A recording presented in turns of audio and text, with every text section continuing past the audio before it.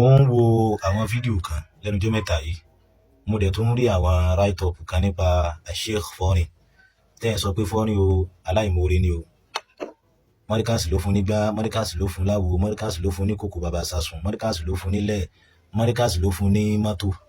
Ẹ dákun, ṣé Mọ́ríkàsì ló fún lógo ni?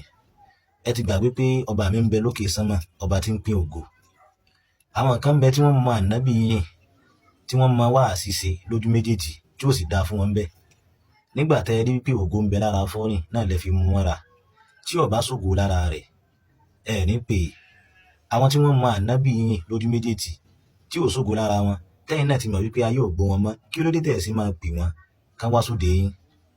Sọmọ wípé látìgbà tí Foreign ti wá sóde rẹ̀ lèrò ti dá lásàlátù rẹ̀, nígbà tó sáré pé àwọn èèyàn yẹn wọ́n fẹ́ pàdé Foreign ní next year.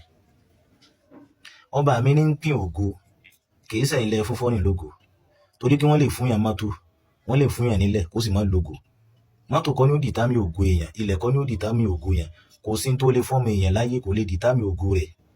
Gbogbo ẹni tí ó bá lógo bẹ́ẹ̀ kọ́lé fún bẹ́ẹ̀ ra mọ́tò fún kò lè gbé gbogbo nǹkan yọ.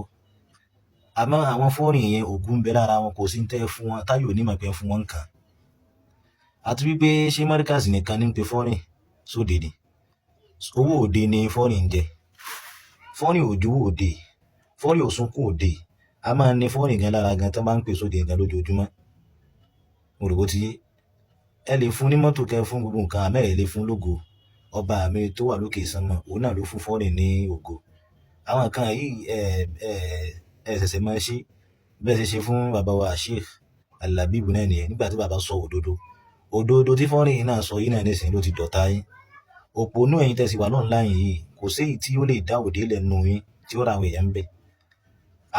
Àwọn tí ẹsẹ̀ ń sọ fún ká má pè wọ́n mọ́, wọn ò bí wọn dá kí wọ́n má pè wọ́n. Ṣé owó àga àtowó tẹ́ǹtì ìwọ lọ́sàn-án? Abẹ́ ẹ mọ̀ wípé gbogbo àwọn nǹkan yẹn business ni.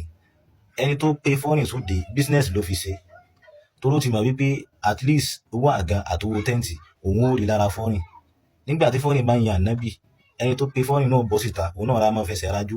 Làwọn èèyàn náà bá máa ná lówó, ẹnìkan tó wà lẹ́gbẹ̀ẹ́ rẹ̀ wọ́n máa bá sáwó sínú báàgì tiẹ̀. Business náà jọ fi ń ṣe. Ìwọ tó jẹ́ òkú èèyàn wọn ò lè pè ọ́ sóde torí pé kò sógo lára rẹ̀. Àwọn Foreign yìí àwọn ni wọ́n ń lò ta lọ́wọ́. Títa bá ti kan ẹ̀yin náà, wọ́n pè yín, má wulẹ̀ bínú ẹ̀. Má torí pé Foreign sọ òdodo tí ń bẹ ní ikùn rẹ̀, òdodo tí ń bẹ lọ́kàn rẹ̀, kó wá rí wípé ó ti dọ̀tá Mọ́ríkàsì, kì í sọ̀tá Mọ́ríkàsì. Ọ̀rẹ́ Mọ́ríkàsì náà ni, mo rò bó ti yé. Tó bá sì pe Foreign sóde, kò ní kóde rẹ̀ kó mọ́ dùn, kò ní kóde rẹ̀ mọ́ lárinrin. Àmọ́ gbogbo ẹni tó bá láníyàn wípé torí ń tó ṣẹlẹ̀ yìí, o ò ní pe Foreign lóde mọ́, ọkàn fẹ́ kó bá ara rẹ ni. Ta ni ó sanwó agbára tó kó sọ́run? Òpònú.